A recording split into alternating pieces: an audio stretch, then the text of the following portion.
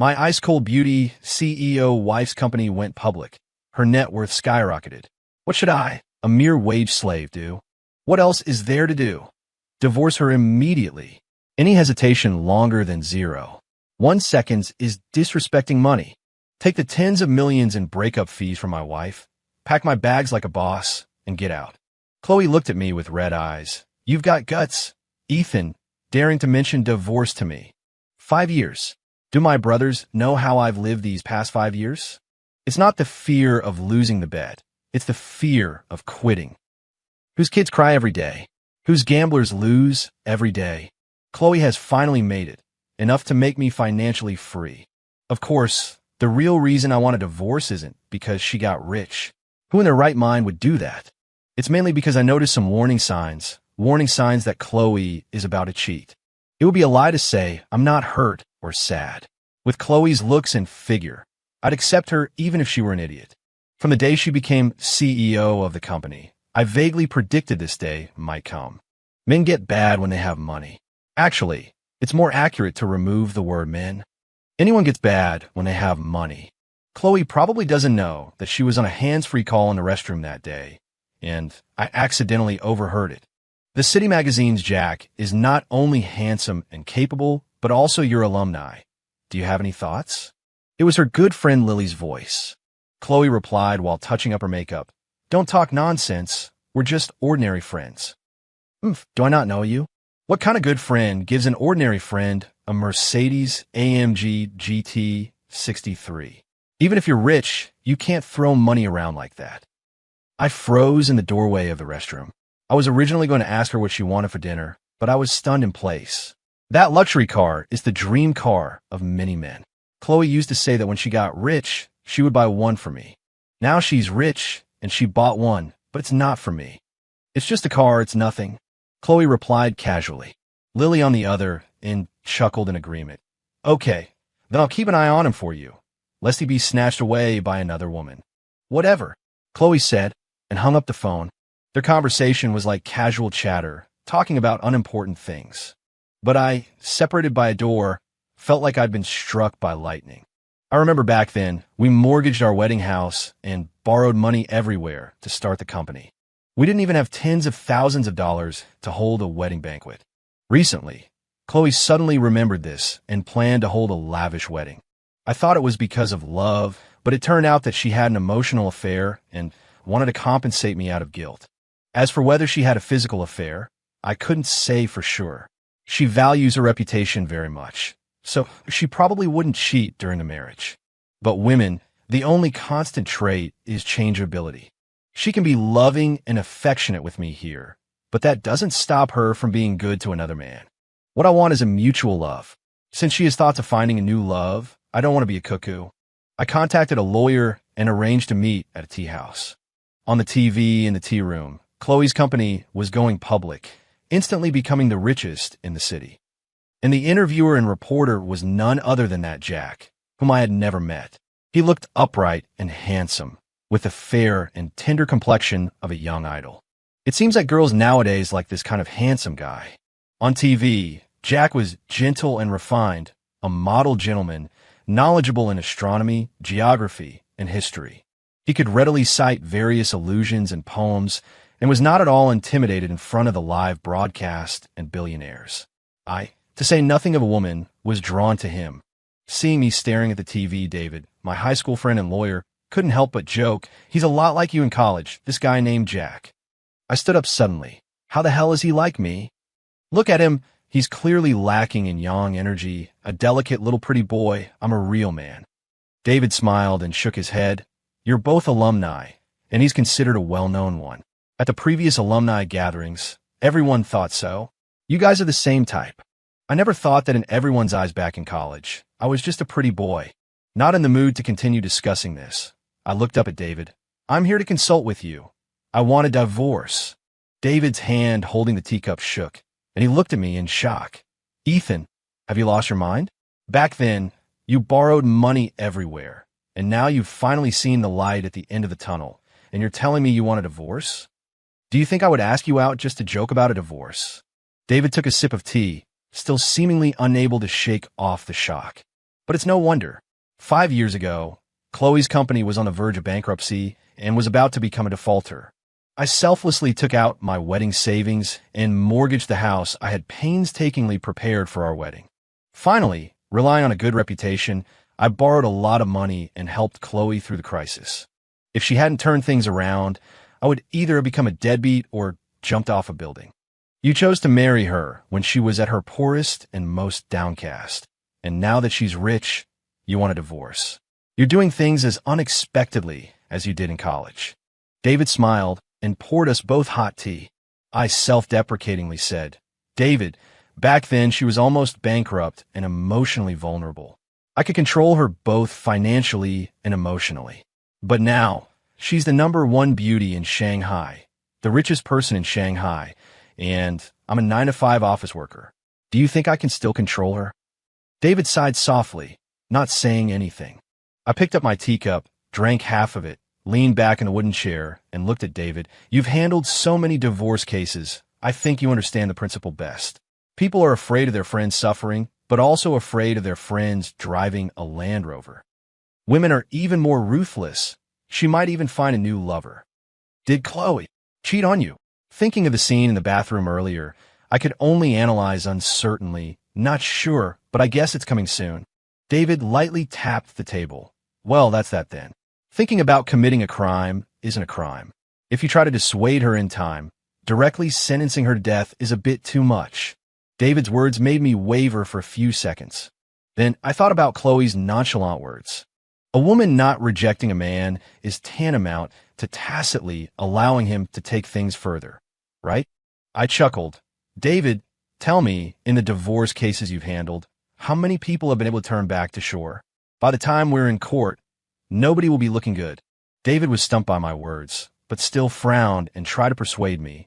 Brother, it's only been a short time. You're being too calm and composed. From the moment her company came back to life, I was prepared for something like this to happen. Not just this Jack, but also her male secretary, etc. I didn't continue after saying that. Some things didn't need to be said for David to understand. How many times had I gone to Chloe's company?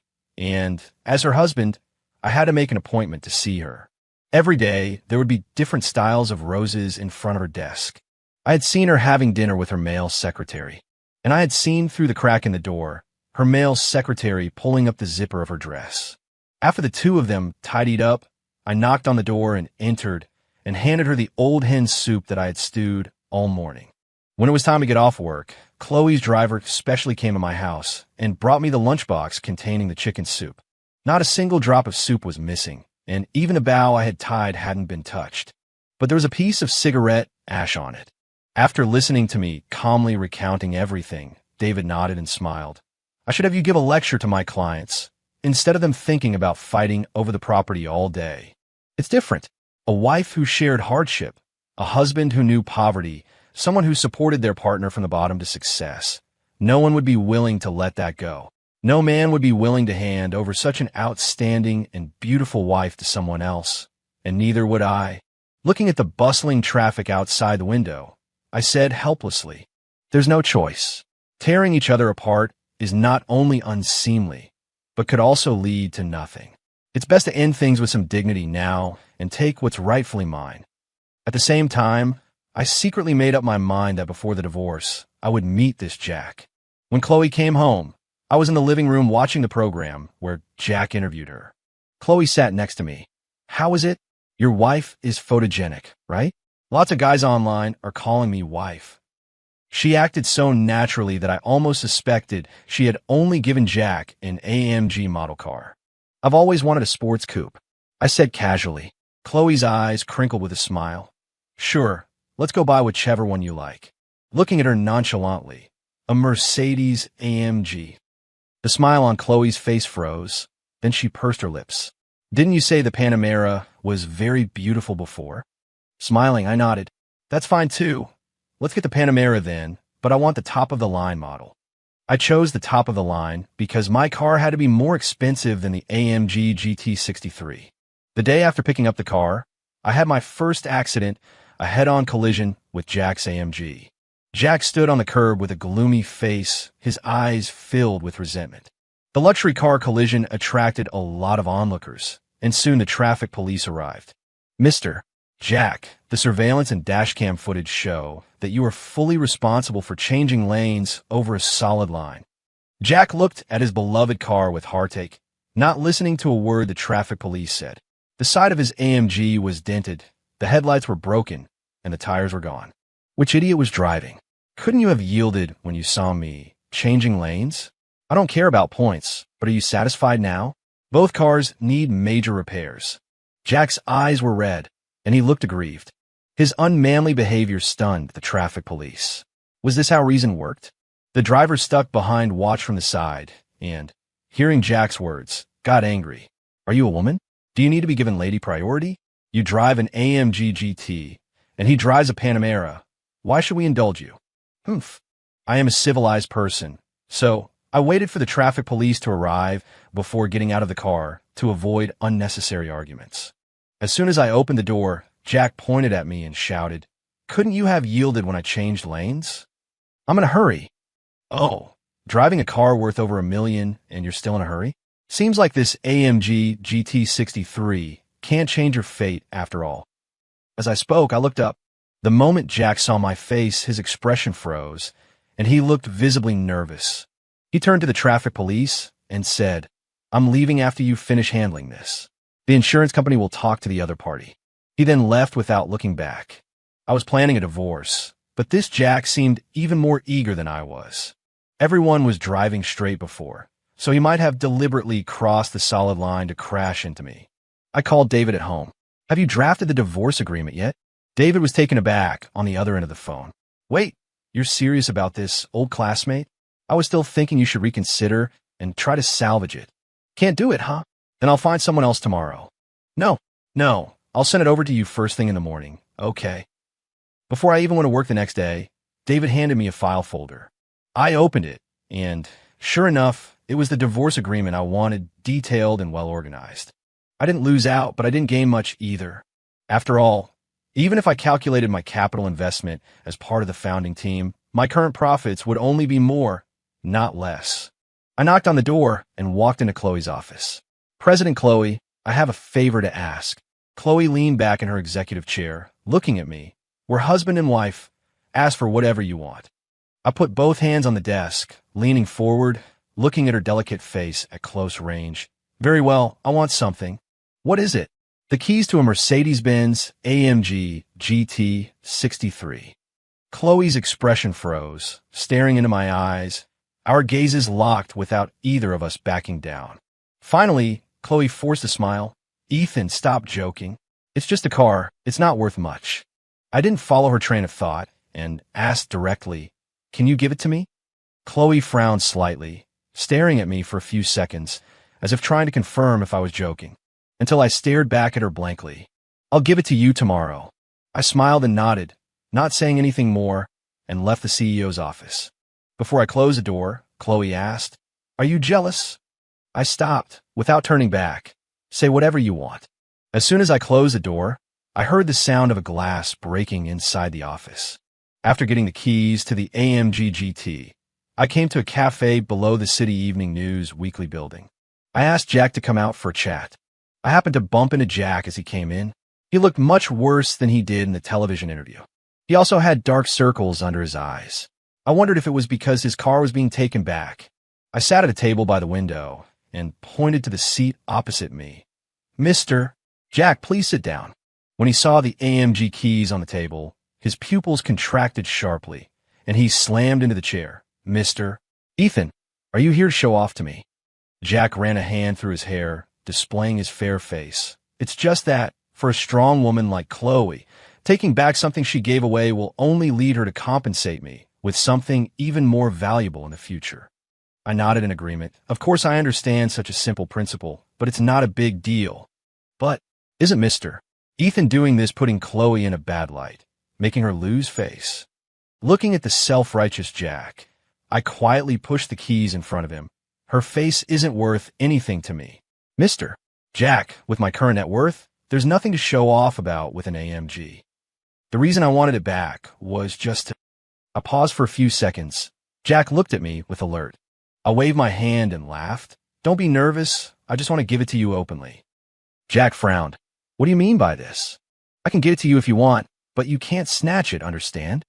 Dear brother. Jack's face turned pale instantly, and the coffee in his hand spilled out. He placed the coffee on the table, looking at me in shock. He thought I didn't know, but he's actually my half-brother.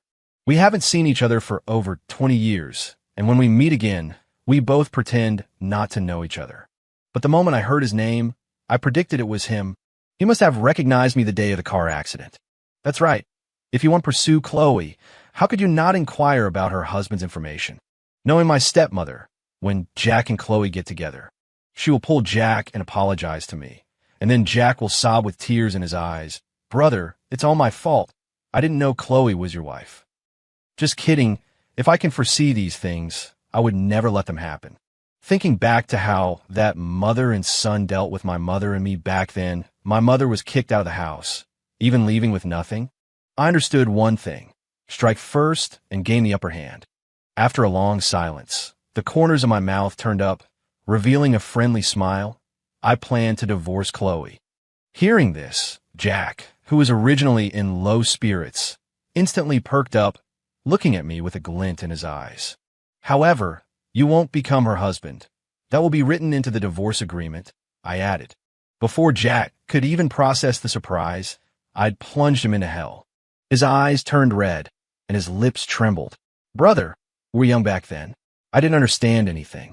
I was innocent. All these years, Mom and Dad have been trying to find you. I won't say much, but we're blood-related brothers. Raising my hand to stop him from continuing with emotional appeal, I scoffed. Jack, I fell for your tricks once. There won't be a second time. Save your acting. Jack's face darkened. He hadn't expected me to be so unyielding, impervious to persuasion. Then he leaned back lazily in his chair. Chloe complained to me that your marriage has a lot of problems, that being with you is exhausting. I didn't deny it. Maybe, but you still don't have a chance. With that, I stood up to leave. Brother, if I get you to divorce Chloe, I'll be the one who profits. I glanced at him out of the corner of my eye. Stop being so damn self-important. You're just a fuse at best. I pushed open the door and left. After returning home, I started picking at Chloe, finding all sorts of reasons to argue and give her the cold shoulder. After all, we're getting divorced. It wouldn't be right to be too affectionate. And if she's going to find a replacement, why pick my stepmother's son, who has a grudge against me? The wedding company contacted me to discuss the specific arrangements for the wedding venue. I told them directly to postpone the wedding and talk about it later. When Chloe heard that the wedding was canceled, she came home to question me. I took out the divorce agreement from my bag. Take a look. If you have no objections, sign it.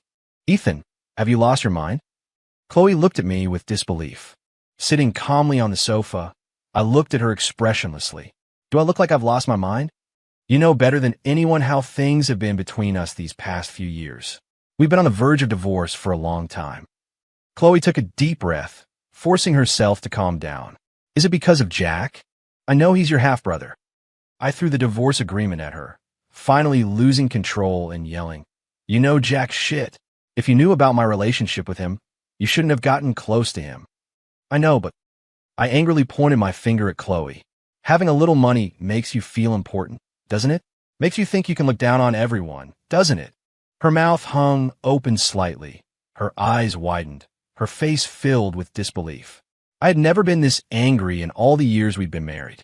After a long while, Chloe reached out and hugged me. I just wanted you to reconcile with your father. I've been hesitating whether or not to do this for some time, but I didn't expect you to find out. Could I have misunderstood her? Thinking of this, the anger in my heart turned into sadness, and tears involuntarily streamed down my face. Chloe, you don't know anything at all. Chloe shook her head. No, that's not true. I know you saw a psychologist 5 years ago. I know everything. Pushing Chloe away, I said, Don't advise others to be kind when you haven't experienced their suffering. You don't know how my family fell apart back then. My father's millions went to my mother, leaving her with nothing, and she lost custody of me. She became depressed and spent her days melancholy. Chloe looked at me with disbelief. Maybe you misunderstood, just like you misunderstood my relationship with Jack. I gave him the car because my flirtatious best friend, Lily, likes him. I used a car to attract his attention. After all, he's still your brother. You don't understand. That woman took Jack and stole our home, flaunting their power, driving my mother away, transferring assets, and even trying to murder me. If I hadn't left home early, you wouldn't be seeing me now. Now, regardless of whether Chloe sees Jack as just an older brother, Jack is determined to follow in his mother's footsteps and steal what's mine. Picking up the divorce agreement from the floor, I handed it to Chloe. Remember? We agreed when we got married that if either of us wanted a divorce, the other wouldn't stop it. You can decide how to divide the property, but I require that your future husband not be Jack. Chloe didn't take the divorce agreement, just looked at me with red eyes. Ethan, how can you do this to me? Then she grabbed my shoulders and pushed me against the wall. Why? What did I do to make you so cruel to me? Gently pushing her hand away, I looked out the window. Chloe, you'll thank me years from now. You can't test human nature. Chloe hugged my waist, burying her face in my chest. Husband, do we really have to come to this? Don't be like this. Please, President Chloe, consider that after all these years, even if I haven't been particularly helpful, I've at least put in the effort. Chloe looked up and glared at me, in stark contrast to my calm face and unwavering eyes.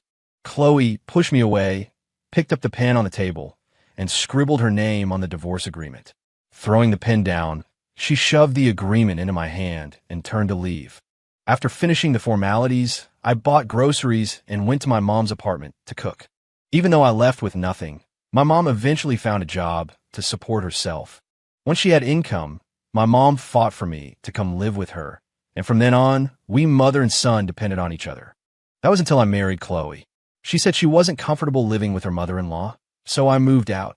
Seeing me open the door, a smile instantly appeared on my mom's face. Then she looked behind me. Good son, why didn't you bring your wife? I paused for a second. If I told her now that I had just divorced Chloe, she'd probably explode. So I could only make the excuse that she had a meeting. My mom made an "oh" sound, then reminded me, Chloe is quite successful now. Isn't it time to consider having a baby? Seeing my troubled expression, my mom took my hand. Is Chloe avoiding it? When you were busy with work, it was understandable. But isn't her company pretty stable now? She can't keep making excuses, can she? Throughout the meal, my mom sighed several times over this matter. If I continued with Chloe, I might end up like my mom, depressed, insecure, and constantly worrying about what Chloe was doing outside. I could only respond with, let's take it slow, let nature take its course. Back when Chloe and I were renting that basement room, Chloe had talked about children. No resources, no time. Having a child would only put more pressure on me. Thinking about the financial situation and the fact that we were both busy from morning to night, it really wasn't the right time to have children. Back then, Chloe was innocent and kind, saying that if the business failed and went bankrupt, she could still break up with me and let me find someone else. She was severely punished after saying that, and from then on, the couple worked together wholeheartedly, which led to success. Looking back on the past, although it was difficult, I could talk to Chloe about anything. In public, she was a cold, icy beauty and CEO, but at home, she was playful and mischievous with me. She would rush in while I was showering and often smack my butt. She always liked to grab my hem, a complete female hooligan. Memories faded like passing clouds. After the meal, I was about to tell my mom about the divorce. She got up to clear the dishes, and while doing so, she lectured me. A woman, a child can tie up her heart. Having a child will bring stability.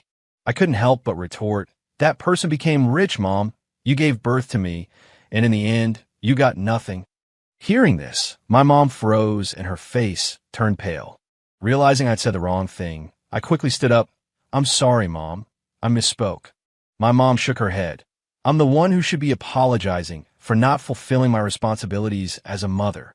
Mom looked at me and wiped her tears with her sleeve. It's good that you understand my good intentions. You're a good child. You'll take care of your family. Yeah, I divorced Chloe. You don't have to worry about that anymore. I took out the divorce certificate from my pocket. Mom looked at me in surprise, snatched the green booklet from my hand, opened it, and examined it carefully. After reading it, she slapped my arm. Ethan, are you trying to kill me? Chloe was so good to you, and now you're so arrogant.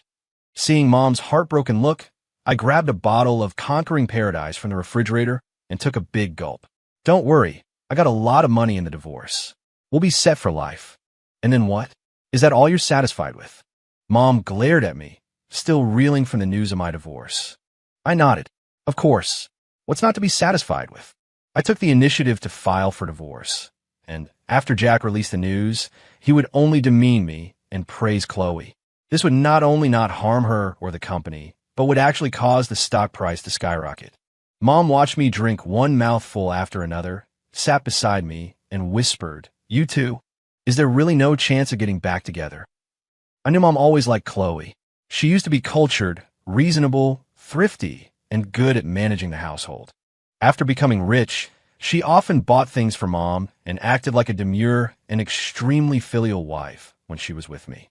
But she didn't understand that a woman standing at the peak of her career couldn't see the scenery at the foot of the mountain. She didn't even have time to recall or think about the people who used to be around her. They gradually faded away, becoming distant. Mom, you know what? After we separated, I felt refreshed, slept well, and had a great appetite. Mom pulled out a few tissues to wipe her tears. Her voice choked with emotion. It's all Mom's fault. I was kicked out back then, and that made you lose faith in marriage. I smiled and shook my head. Don't talk nonsense, Mom. It has nothing to do with that. Several partners in her company are divorced. I've seen a lot. Some things are inevitable. What I didn't say was that even those who weren't divorced were tacitly playing their own games. Mom grabbed my hand with heartache. Chloe is different from them. She's not like that. You have to believe her. Mom only saw one side of the story and didn't realize the other side. I took a sip of wine and continued, Mom, I'm just an ordinary office worker. But Chloe hasn't reached the end yet. She won't be satisfied with being the richest person in one city.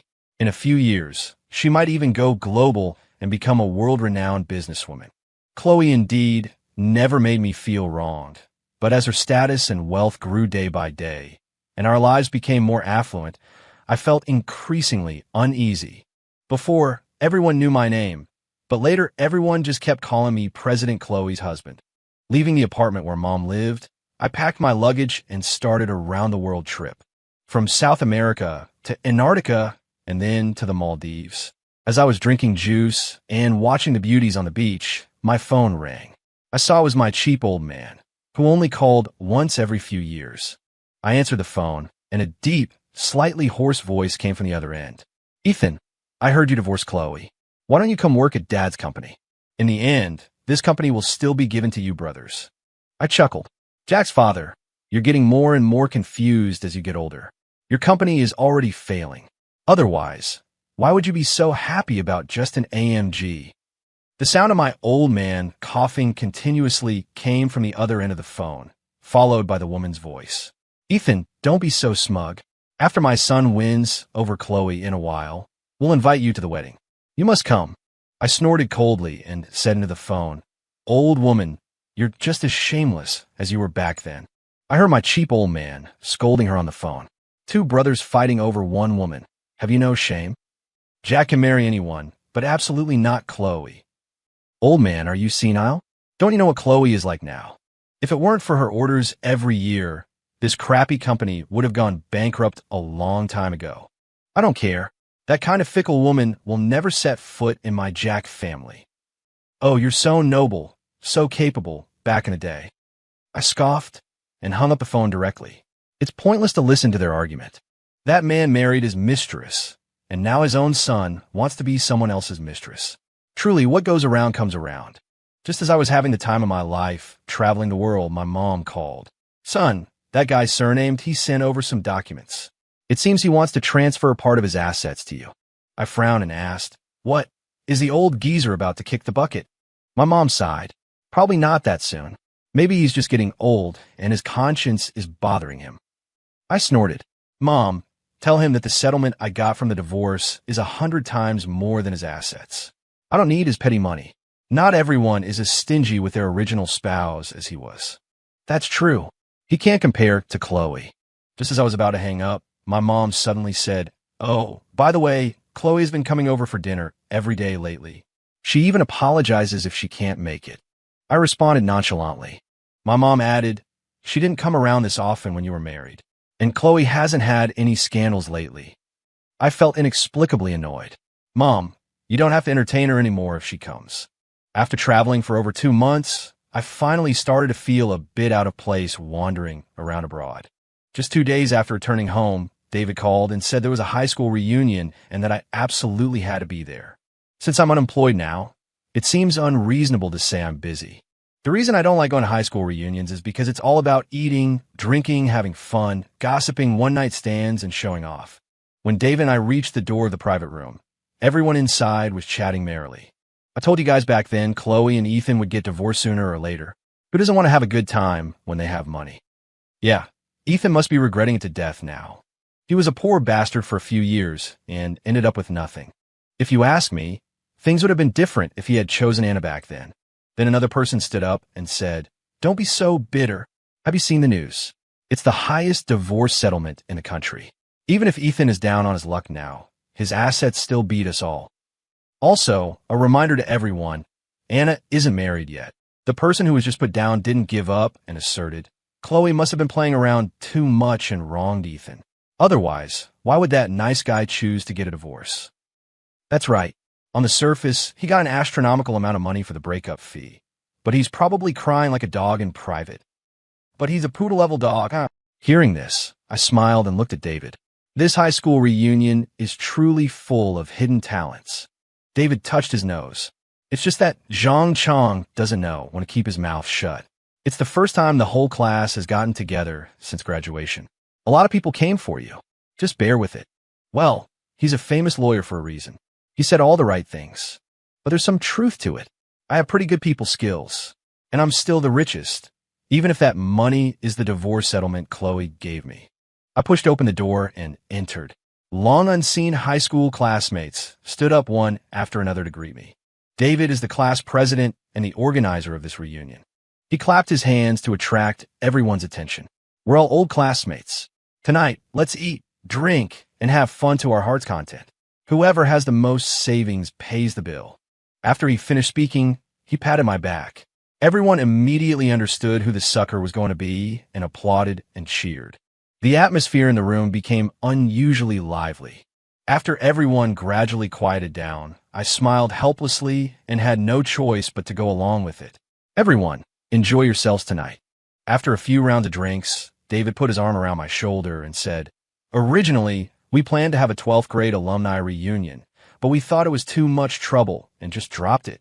I understood what David meant. Chloe, the school beauty of our graduating class, was the most famous and wealthiest of our alumni. Ethan, cheers. I really envy you. Both of our school beauties were fighting over you back then. Anna still isn't married. The person offering the toast was a high school classmate, but I didn't remember him well. I drank a glass with him, and then he looked at everyone and said, "If you ask me who I admired most in high school, it has to be our big brother Ethan. He married Bai, the school beauty, when her company was bankrupt, and divorced her when she became the richest person in the city." Everyone laughed at this. Seeing this, David quickly clapped his hands to attract attention. "Class reunion, let's not just talk about Ethan. It's been years since we've seen each other. Let's each talk about our own situations." With David's interruption, the class reunion gradually returned to normal. Everyone introduced their work, studies, and lives. Before long, the door to the private room was pushed open. Before she even arrived, her voice came first. "David, you're going too far. Such an important occasion like a class reunion, and you didn't even invite me? You should at least let me host and treat everyone to a meal." The playful, bell-like voice instantly attracted everyone's attention. Looking up, a beauty in an OL uniform walked into the private room, her high heels clicking as she walked. Seeing this, David smiled awkwardly. "I thought President Chloe was busy with work, so I didn't want to bother you."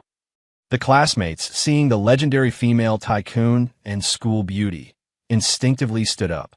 Chloe smiled and pulled out a chair to sit down, saying somewhat helplessly, "That won't do. I have to come no matter how busy I am, or my husband really will divorce me." As soon as Chloe said this, everyone's eyes focused on me, their faces full of doubt and shock. I wondered to myself, why is this aloof, ice-cold beauty president always bothering me? And we've already signed the divorce agreement, gotten the divorce certificate, and are living separately. What else does she want? Seeing my awkward expression, David, who knew the reasons, quickly interjected, "Brother Ethan, you're a golden bachelor now. What requirements do you have for your future partner? If you really can't find anyone, I could go to Thailand for a makeover." I rested my chin on my hand and thought seriously. Someone more mature, an older sister type, who knows how to care for people. Chloe's face darkened upon hearing this. This question I was asked by Anna, my supervising doctor and classmate, when I went to see a psychologist in the afternoon. "Ethan, now that you're divorced, what type are you planning to find?" My answer at that time was the old Chloe. Anna chuckled softly. "You still don't leave me any face.